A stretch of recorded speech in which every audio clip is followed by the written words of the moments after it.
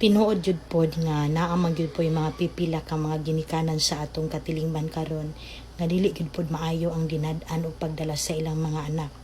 Rasrog hinungdan nga daghang pong mga anak karon nga dili jud mobatig kaluoy gugma ug suporta ngadto sa ilang ginikanan. Anak, mula ni hinumdumi.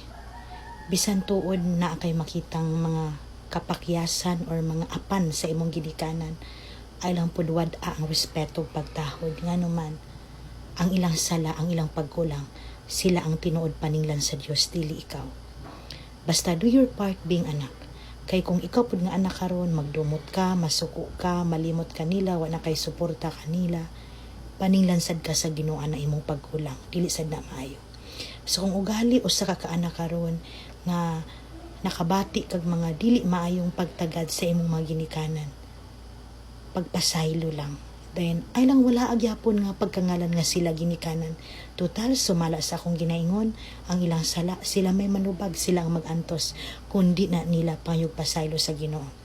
Kay kung ikaw nga anak, dili ka mohatag nagsuporta karon kung angay na ba suportahan, or ikaw karon ni talikod na, or di-abandon nimo imong ginikanan, wala na kay pangumusta, gikalimtan nimo sila, wala kay paghandom uban pang pagtalikod diha, manubag ka, ikasuko og supak pagyapon na sa Ginoo. It's because kung maabot ta sa ikaupat nga balaod, tahura ang imong inahan ug amahan, moabot ang panahon nga kung kita moatuba na sa Dios, paninglan ta. Diya ta paninglan unsa ato nahimo isip usa ka anak.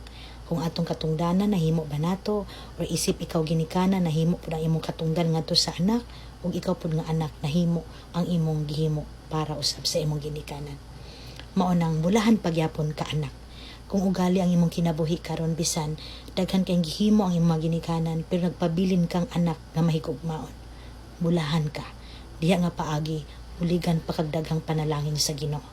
Kay dili ba kakon ang balang kasulatan, klaro kayo nga gisulti diya nga ang usa ka anak nga mumahal o mutahod sa ginikanan, patas-an ang kinabuhi ug iyang panalanginan. Hinaot unta, buligan pa kag mga grasya kung ikaw nga anak karon.